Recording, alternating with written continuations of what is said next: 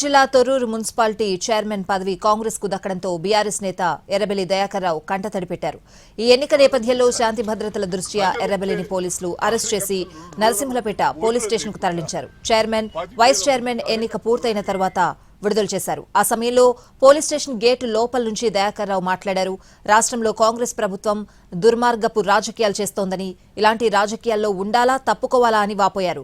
BRS కు స్పష్టమైన majority వచ్చినా చైర్మన్ పదవిని కాంగ్రెస్ హస్తగతం చేసుకోవడం రాజ్యాంగ విరుద్ధమని మండిపడ్డారు.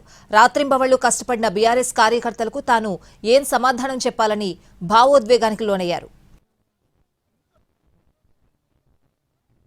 కార్యకర్తలు కూడా రాత్రింబాలు కష్టపడ్డారండి. మా కార్యకర్తల కష్టం చూస్తే రైతులకు బాధ అనిపిస్తారు.